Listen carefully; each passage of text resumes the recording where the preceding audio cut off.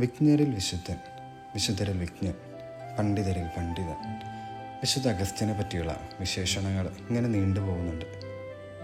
വിശുദ്ധനെ പറ്റി വായിച്ചു പോകുമ്പോൾ ബുദ്ധിരാക്ഷസനൊക്കെ ആയിരുന്ന വിശുദ്ധൻ്റെ എളിമയിൽ വല്ലാതെ ആകർഷിക്കപ്പെട്ടു പോകുന്നുണ്ട്. ഡൊണാറ്റിസം എന്ന പാഷണ്ഡത അക്കാലത്ത് വളരെ പോപ്പുലറായിരുന്നു. ഇവർക്കെതിരെ വിശുദ്ധ അഗസ്റ്റിൻ സാൽമൂസ് എന്ന ചെറിയൊരു കവിത എഴുതിയിട്ടുണ്ട്. കവിത എഴുതുക എന്ന് പറയുന്നത് അക്കാലത്തൊരു ടെക്നിക്കായിരുന്നു. അതായത് വിദ്യാഭ്യാസം നന്നേ കുറവായിരുന്ന അന്നത്തെ ആളുകളിലേക്ക് യഥാർത്ഥ ആശയങ്ങൾ, സത്യങ്ങളൊക്കെ എത്തിക്കാനായിട്ട് പദ്യരൂപേണ കാര്യങ്ങൾ അവതരിപ്പിക്കുക എന്നുള്ളത് അക്കാലത്തെ ഒരു ശൈലിയായിരുന്നു. ഇത് ഡൊണാറ്റിസ്റ്റുകാർ ഉപയോഗിച്ചിരുന്നു. അപ്പോൾ ഇതേ ടെക്നിക്ക് തന്നെ, അതേ മാർഗം തന്നെയാണ് വിശുദ്ധ അഗസ്റ്റിനും അവർക്കെതിരെ ഉപയോഗിക്കുന്നതിൽ.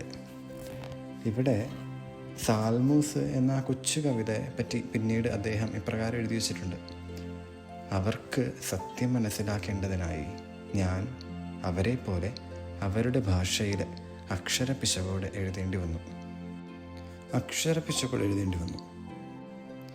ഇവിടെയാണ് നമ്മളും വിശുദ്ധ അഗസ്റ്റിനും തമ്മിലൊക്കെയുള്ളൊരു വ്യത്യാസം. അതായത് നമ്മൾ ഒന്നും മേനി പറയാനില്ലെങ്കിലും അഹങ്കാരത്തിന് ഒരു കുറവും കാണിക്കാറില്ല.